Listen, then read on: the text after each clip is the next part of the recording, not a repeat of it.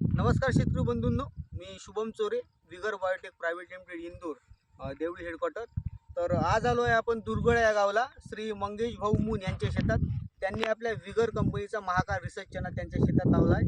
तर भाऊकून आपण पहिले त्यांचं मनोगत जाणून घेऊ व त्यांना हा चना कसा वाटला, त्यांचं अंतर किती आहे, तर भाऊकून जाणून घेऊ. भाऊ नमस्कार, तुमचा परिचय. माझं नाव मंगेश पुरुषोत्तम दुर्गळा, तालुका देवळी, जिल्हा वर्धा. तुमचा मोबाईल नंबर. 9588442707.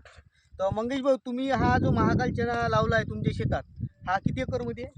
हा जवळपास 2.5-3 एकरमध्ये आहे. अच्छा, तर किती बॅग लावले तुम्ही? हा लावला 85 किलो. 85 किलो, 2.5-3 एकरमध्ये. हा हा. आणि याचं अंतर किती आहे? अंतर आहे 18 इंच. 18 इंचावर आहे. अच्छा, तुम्ही हा जो चना लावला तेव्हा काही मर वगैरे होती?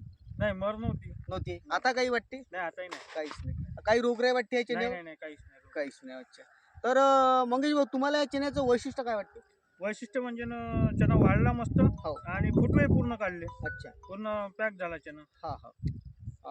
तर शेतकरी बंधूंनो, या महाकाळ रिसर्च चण्याचं जर आपण वैशिष्ट्य पाहिलं तर 70% घाटी 2 दाण्याची आहे व 4 ते 5% घाटी 3 दाण्याची आहे.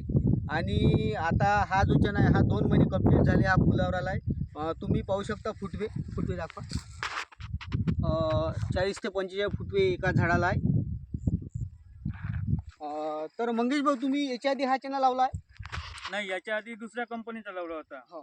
तरी अदर कंपनीचा जो लावला आहे आधी तुम्ही चना, हा. आणि ह्याच्यात तुम्हाला फरक नाही, वाटते? खूप फरक आहे. खूप फरक खूप आहे. फरक आहे. म्हणजे फळफांद्या चांगल्या आहे, हो, हो, फुलावर हो. चांगला आहे. हो, हो. एवढा आणि वाढही नव्हती त्या जो मागच्या वर्ष चना लावला हो. होता, एवढा वाढलाही नव्हता वाढला आणि एवढा पॅक काही झाला नव्हता. हो, आणि ग्रीनरी सुद्धा हो, हो, धरून आहे. हो, आणि तुमचे 2 फवारे झाले. हो, 2 फवारणी. अच्छा, तरी तुम्हाला यंदा अपेक्षित उत्पन्न काय वाटते? आता पीक पाहून तर असं वाटतं का एकरी 10 क्विंटल तर व्हायलाच पाहिजे. 10 क्विंटल चना तुम्हाला व्हायला पाहिजे. व्हायलाच पाहिजे. अच्छा, हो.